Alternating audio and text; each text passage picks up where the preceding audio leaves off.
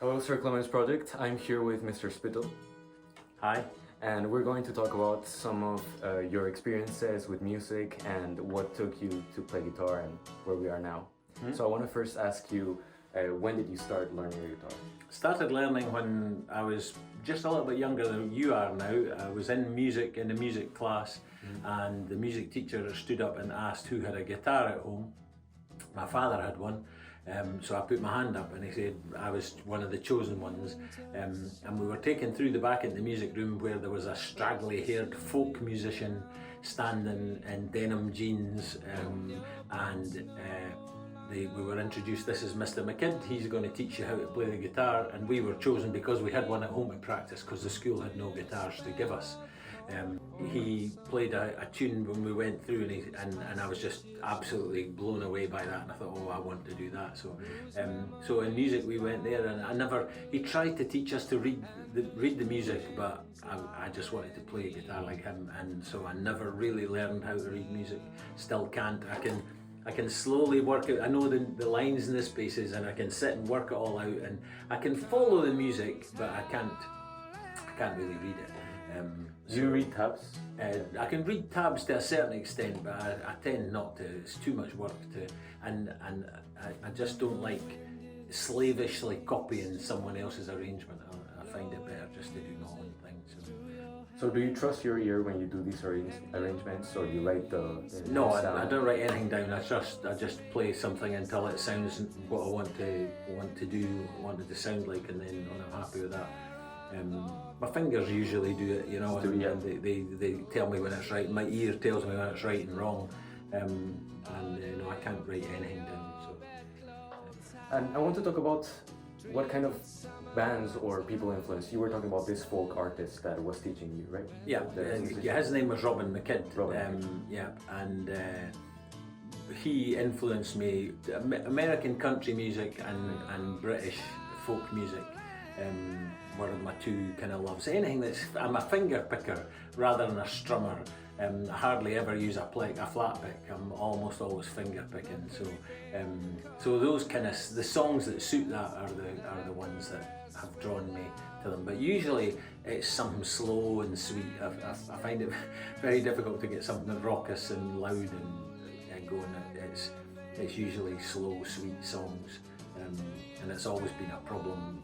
I have a little band in Scotland playing folk music, but every time we come up with a new song, one of us will come and say, I've got a new song, and it's another slow, nice sweet arrangements. We like to do good harmonies on them, and we've got three guitars going, but they'll all be playing something different. Yeah. Somebody will have a capo on, and somebody will be in an open tuning. Wow. So we never have two the same.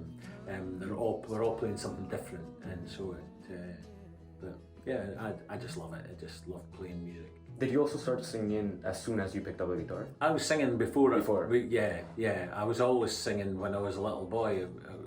When we sort of at Christmas parties and everything, I was always asked to sing. I enjoyed singing, and we did at school back in the day. There was a radio on the wall, and at the same time across the whole country they would broadcast what was known as singing together, and everybody would get the same textbook out, and you would get told, the guy on the radio would tell you open at page 15, and you would open at page 15. You go, yes, because it was your favourite song, or oh no, I don't like this one.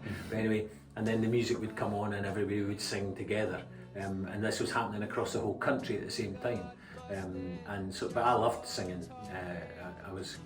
Obviously I had a bit of an ear and managed to sing in tune, but I was always picked for the sort of choiry things. And sir, I believe you played as well in Viernes con Ritmo and outside the library lawn one time. Yeah. How was that experience? Well, it was the first time you performed live for Markham, right? It was the first time at Markham, I'm pretty confident now that I can perform a song, and so I feel quite confident to stand there and do one. I would really like to do it's on my bucket list to do a solo whole concert, a whole concert, yeah. I also want to ask one last question, which is, what does the guitar mean to you?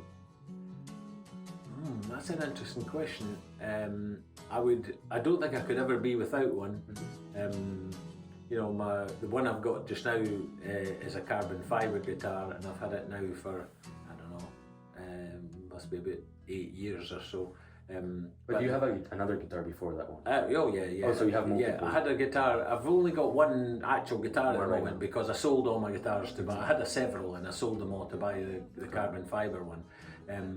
But I had a guitar that I bought in I started, it was 1978, 1977. I worked, that was the year I left the school, and I worked part-time during the summer to buy a guitar, and I owned that guitar from 1977 till 2012. Is it your favorite activity to do? Actually performing is definitely, I've really, in the last couple of years, I've really increased my desire to perform and play, as opposed to just sitting in your own house, the only person hearing you is you. You know, because it's a great feeling when people pay you a compliment. Yeah, there's kind of a feeling of adrenaline. Oh, definitely, yeah. It's a great buzz, and it makes you want to do more when you do it. So, yeah. That's an excellent note to end on. Thank you so much, sir. You're so welcome. And so we will see the next episode of Sir Clements Project very soon. Stay tuned. And thank you so much for watching.